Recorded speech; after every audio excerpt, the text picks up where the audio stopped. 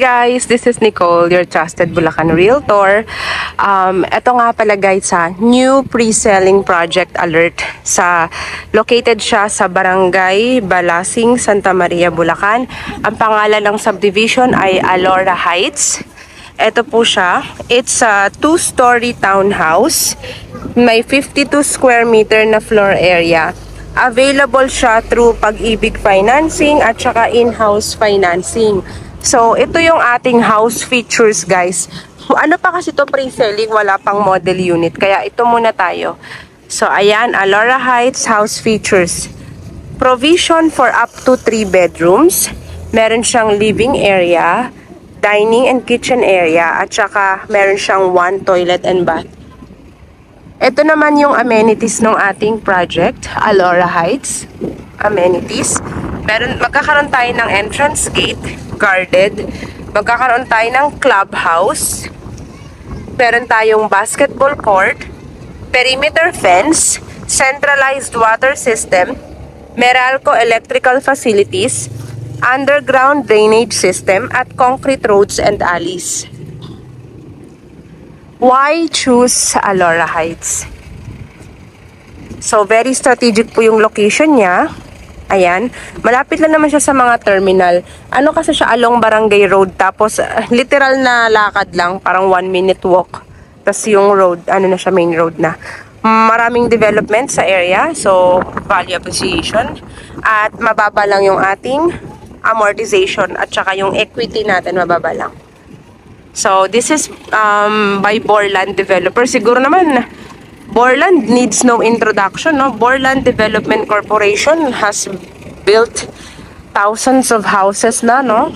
And they have hundreds of projects, if I'm not mistaken, all across the Philippines, diba guys? Ayan, so ito po yung Alora Heights. Ngayon guys, so tignan nyo guys, alam nyo ba mabilis na gumagalaw yung inventory natin dito? Ayan, ang daming tao guys. So, kasi, ano dito eh, dito din yung tripping reservation dito guys pag nagpa-schedule ha. Pakita ko lang sa inyo yung ongoing land development. Ito na siya, ginagawa na siya. So, land development. Okay, Alora Heights Sunrise Project. Mahangin dito sa area. Actually, itong part na to, may nakikita akong mountain. So, meron siyang overlooking mountain ranges. Ayan o. Pakita ko sa inyo. Kita niyo yan guys. May overlooking mountain ranges. Actually, ano ngayon? 10 minutes to 12 noon. Pero mahangin. Ayan o. 'Di ba? Kahit tanghaling tapat mahangin guys. So, ito yung kanyang maganda yung kanyang land development kasi siya, flat land na siya. Hindi siya yung parang uphill, downhill na style. Nakita nyo naman sa video, diba guys? It's just a flat land. Wala siyang yung parang very obvious na pababa o masyadong pataas. Flat land lang siya. Maganda yung pagkaka-develop ng kanyang subdivision roads at land. So, ito po si Alora Heights.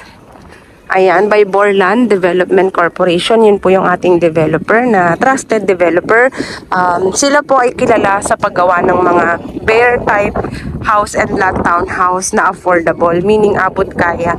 Pwede dito yung mga kahit less than 30,000 yung monthly income. Kasi di ba yung ibang projects medyo matataas na yung required salary. So, sa mga minimum wage earner, for example, minimum wage earner kayo mag-asawa, kung pa yung income nyo, pasok na kayo dito. Di ba? So, meron ng pag-asa. May hope na magkaroon ng sariling bahay at lupa, hindi na kailangan ng upahan. So, dito guys, ay ang ganda. Hanggang dito siya, oh. Hanggang dun yung land development, oh. Hanggang dyan guys, oh. Ating land development. Ayun, oh. Overlooking mountain ranges, oh. Yun, oh. Yan. So, guys, bawal dito mag-walk-in, ha. So, ang tripping schedule dito, 1 to 2 days before, kailangan kontakin nyo ako pag magti-tripping kayo. Magdala na kayo ng, i-print nyo yung 1 month latest payslip nyo. And then, i-print nyo or kung OFW job contract. Representative or SPA nya yung magre-reserve. Tapos, print nyo 2 valid IDs, okay? Kailangan ng TIN number dito. And, i-print yung any proof of billing, okay? Kahit anong proof of billing yan. kung saan ka nakatira, kung kahit di sa'yo nakapangalan, o kahit ID ng bill owner, o kaya barangay certificate of residency, pwede rin yun. Tapos, mag-print ng birth or marriage certificate kung mag-asawa, magkasama. Kung single, kahit ikaw lang. Kung OFW ka, syempre, representative or SPA mo sa Pilipinas, siya yung pupunta, siya yung mag-reserve on your behalf. Okay lang yung walang problema. Okay? So, ito guys, si Alora Heights. Pre-selling to, kaya mura pa. Okay, mabilis tong maubos kasi nga abot kaya. Ayan, fina-flash ko na sa screen yung kanyang sample computation. Ayan ha, sample computation natin. Wala ka nang makikita ganito kalaking townhouse na up to 3 bedrooms. So, pwede sa big family. Pero affordable. Ayan. So, ito yung kanyang land development, Alora Heights. Ito na, itong road na to, ano na to eh, Katmon Balasing Road. Yes guys, Katmon Balasing Road na po yan.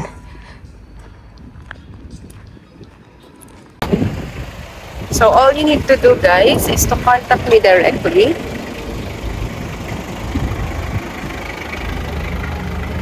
So, dito po sa Alora Heights, on-site reservation tayo guys ha.